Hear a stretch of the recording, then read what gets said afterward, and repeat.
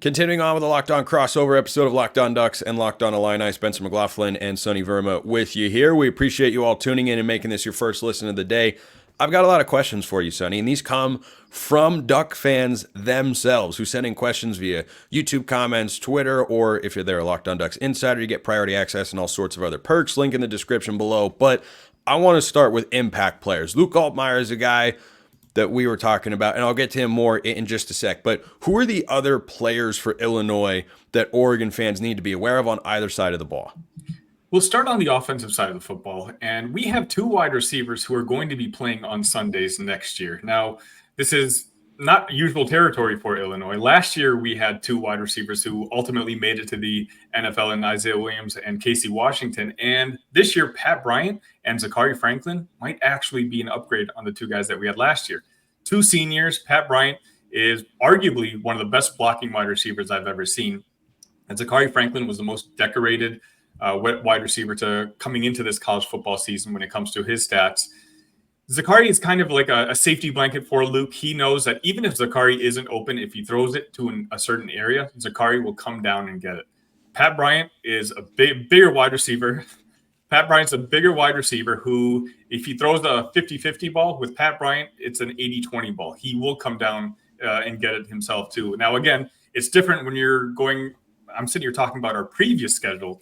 Now we're talking about Oregon, who's obviously got different level of athletes and defensive backs and cornerbacks. So if that's going to work, I don't know. But if there's a way for Illinois to win this game on offense, they're going to need their game breakers to show up, essentially. Our starting running back is out for the year, Caden Fagan, who'd struggled at the beginning of the season, but he had really started turning it up over the last 2 weeks that he had played. But now it's kind of running back by committee. But, fortunately with a Bret Bielema team, that running back room always tends to be pretty talented. So I don't see too big of a fall off on that side. On the defensive side, it's Matthew Bailey I would talk about, a guy who we were sorely missing last year. He was supposed to be the captain of the team, but he got injured in his first series, and that kind of led to the disaster of a season that the Illinois Fighting Illini had on the defensive side. You also have the Scott brothers, who are not really brothers, but Xavier and Miles Scott. Just a heads up, if you hear the name Scott on the telecast, something bad probably happened for Oregon, just because they're very aggressive. They go after the ball, and they come down with the ball a lot of the times. Again, unlike previous iterations of Illinois football, we actually have probably a half dozen guys on the team now who are going to be playing on NFL Sundays. And that just shows you that Bret Bielema year by year is slowly building up that floor of this program. What would you say is the identity of this Illinois team? Smart. So every time I have this conversation with insiders post game, they always talk to me about how well coached. Boy, Sonny, that answer is not ready for the political landscape. Fair enough. Basically, if they get their hands on you, they're bringing you down. This defense, there's very few when it comes to missed tackles. They're one of the best red zone teams in the country, both offensively and defensively.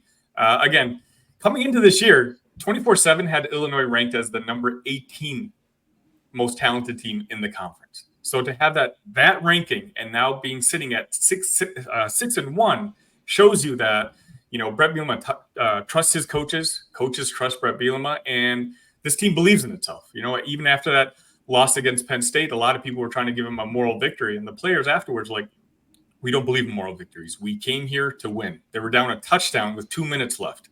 And, under a quasi whiteout, whatever that Penn State was trying to pull off that particular Saturday. But this team believes that they can win. And I think that's the identity. Like they're more confident than outsiders think they should be. Penn State was the only loss that Illinois has had this year. It's also the worst game Luke Altmaier has probably played this season. What happened in that performance? So, for the most part, our offensive line has been struggling all year long. Unlike what a normal Bret Bielema team looks like, our trenches just have not been very good. Now, granted, this was up until last week. Where I'll tell you right now, Sonny, that is not what you should want to hear going into this game against Oregon. Trust me, this is why I'm not very optimistic. I understand. I absolutely understand. Basically, at one point, we weren't able to get much of a run game going because while the two tackles that we have are NFL caliber in J.C. Davis and Melvin Priestley, the interior of the offensive line struggles. And basically, by the time the second half rolled around, Penn State was able to pin their ears back and just attack Luke. And we just couldn't get much done. And honestly, that's probably what happened in that game. It was our least impressive performance, certainly on the offensive side. On the defensive side, we played pretty well, but offensively, it was definitely our worst game. Yeah, so the offensive line, if that's a question mark, even without Jordan Birch, and I don't expect him to be back this week, he could be, but I don't think that's going to be the case. This Oregon defensive line has just been really disruptive. Mateo Iungolele, Derek Harmon, those are names that Illini fans might get used to hearing if the offensive line doesn't show up. But go to the other side of the ball. Oregon's run game this year with the offensive line, it's been solid, not bad, but definitely not as great as it has been in the past. But in pass protection, they've been really good. They had a 4-game stretch where they didn't allow a sack. They allowed a couple against Purdue last week. But do you have faith this Illini defensive line can generate pressure on Dillon Gabriel? They have to. That's the only path to win.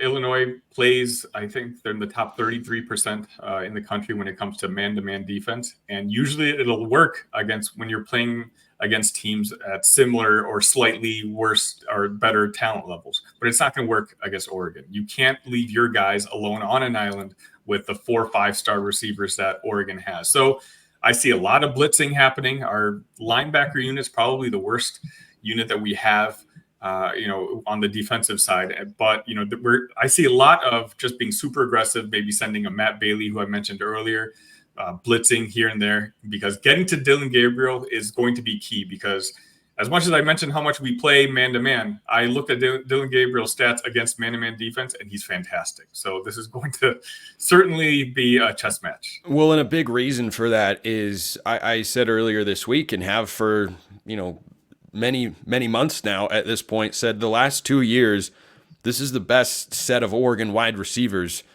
that have existed in my lifetime. There have been some good receiving corps, but I mean, the number of NFL guys, high-level college players that we're seeing, the types of plays they can make. Evan Stewart seems to really be coming into his own, former 5-star from Texas A&M who came into the offseason.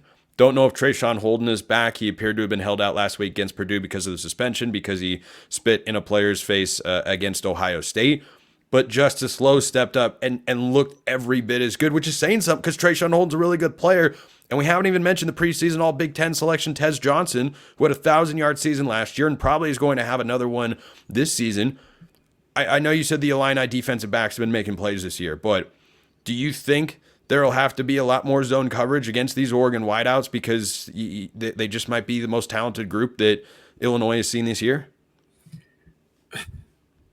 Probably. This is why Aaron Henry and Bret Bielema get paid the big bucks that they do, right? Like a big complaint I had was earlier on in the season is like we weren't showing much in my opinion, when it comes to the offensive and defensive side of football. I got fortunate access to all 22 for Illinois games, and I was just kind of curious why that was. And then I kind of got a glimpse of it against Michigan last weekend. It seems like Illinois has kind of held back their playbook, just basically squeaking out ugly wins to get to 6-1. But against Michigan, you saw them open things up a little bit more. And I suspect that we're going to do the same thing for Oregon. You're right. Like, Oregon's a completely different beast than anything else we have on the schedule. But, we just have to get through Oregon, because after this, the schedule opens up a little bit more.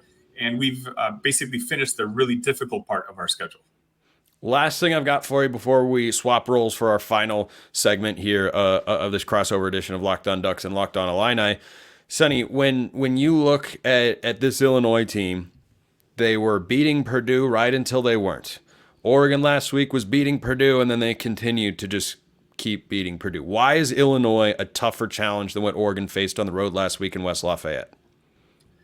Illinois had a very bad half against Purdue, which is what people don't really realize. The final score is 50-49. Illinois at one point was up 27-3 early in the third quarter. And then the only way for me to explain it is football happened. You had a strip sack here, you had a couple penalties that didn't go your way, and all of a sudden momentum shifted entirely. Now, should that have happened? No. But the difference is, in the past years, and trust me, I've been an Illinois fan for 15 plus years, Illinois would have lost that game. But they kept their composure. Purdue took the lead 43-40 with 50 seconds left.